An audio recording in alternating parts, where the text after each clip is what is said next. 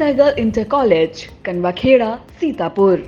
Admissions open for session 2024-25 for class 9th and 11th. Trained, highly qualified and experienced staff. Transport facility available. Value-based education system. Contact now for your children's bright future. जैसे जैसे लोकसभा चुनाव की तिथियां नजदीक आती जा रही हैं, बढ़ती गर्मी के साथ उत्तर प्रदेश में सियासी पारा भी चढ़ता जा रहा है। इन दिनों बसपा के स्टार प्रचारक आकाश आनंद लगातार विरोधी पार्टियों पर हमलावर हैं। फिर चाहे वो भाजपा हो, चंद्रशेखर आजाद हो या फिर समाजवादी पार्टी, लगातार ताबड़तोड़ रैली कर रहे बसपा सुप्रीमो मायावती के भतीजे आकाश आनंद इस समय बसपा के एक फायर ब्रांड नेता के तौर पर उभर कर आ रहे हैं। बसपा के लिए आकाश आनंद फायदेमंद इसलिए साबित हो सकते हैं क्योंकि उनकी पार्टी में वे इकलौते युवा चेहरे के तौर पर सामने आ रहे हैं, जिसे देखकर राजनीतिक पंडितों का मानना है कि बसपा के राष्ट्रीय संयोजक आकाश आनंद के एक्टिव होने से यूपी में युवा वोटर भी बसपा से प्रभावित हो सकते हैं। बसपा के लिए आकाश आनंद एक दिन में 2-2 लोकसभाएं कवर कर रहे हैं। बसपा सुप्रीमो मायावती के काम गिना रहे हैं। इस बीच वो विपक्ष को घेरना बिल्कुल भी नहीं भूल रहे। हाल ही में भारतीय जनता पार्टी प्रत्याशी अतुल गर्ग के पक्ष में पीएम मोदी के रोड शो के बाद बसपा के राष्ट्रीय संयोजक आकाश आनंद ने गाजियाबाद से बसपा प्रत्याशी नंद किशोर पुंडीर के पक्ष में जनसभा की। इस दौरान उन्होंने जनता से बसपा के पक्ष में वोट डालने की अपील की। इस दौरान उन्होंने भाजपा के कामों पर तंज कसा और इसके साथ साथ सपा सुप्रीमो अखिलेश पर भी जमकर हमला बोला।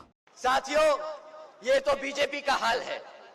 अब इसके साथ साथ आपके सामने लाल टोपी पहन के भी कुछ लोग आएंगे, हमारे समाजवादी पार्टी के विपक्षी लोग। वो बेचारे ज्यादा कुछ तो कर नहीं पाए अपने 5 साल के शासनकाल में, इसलिए मेरे पास उनके लिए बोलने के लिए ज्यादा कुछ है नहीं।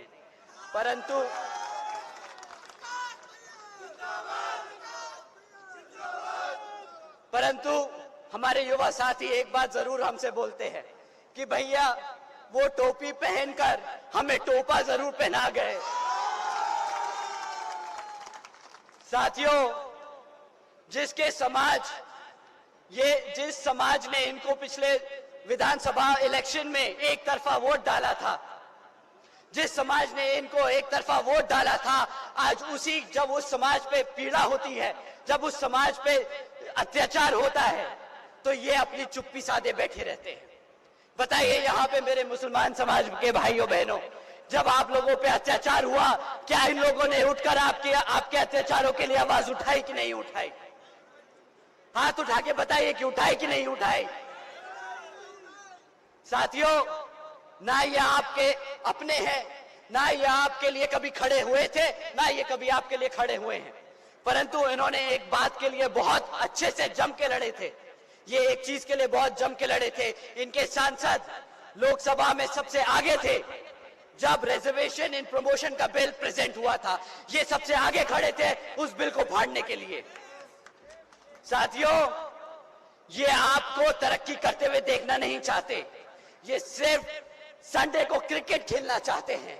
मुख्यमंत्री बनकर बंगलों में बैठकर इनको क्रिकेट खेलने का बहुत शौक है।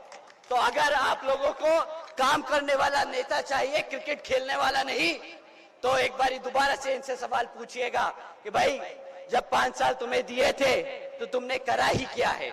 एक तरफ धुआंधार रैली कर रहे आकाश आनंद विपक्ष पर हमला बोल रहे हैं, तो दूसरी तरफ सोशल मीडिया प्लेटफॉर्म एक्स पर भी वो बेहद एक्टिव हैं। उन्होंने सरकार पर हमला बोलते हुए लिखा कि अब ठगने वाली नहीं, विकास की सरकार बनेगी। न समाज बटेगा और न युवा दर दर भटकेगा। महिलाओं की सुरक्षा और रोजगार की होगी बात।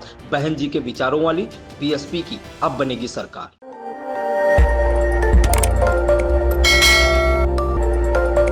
खबर आपकी, नजर हमारी। देखते रहिए आई इंडिया।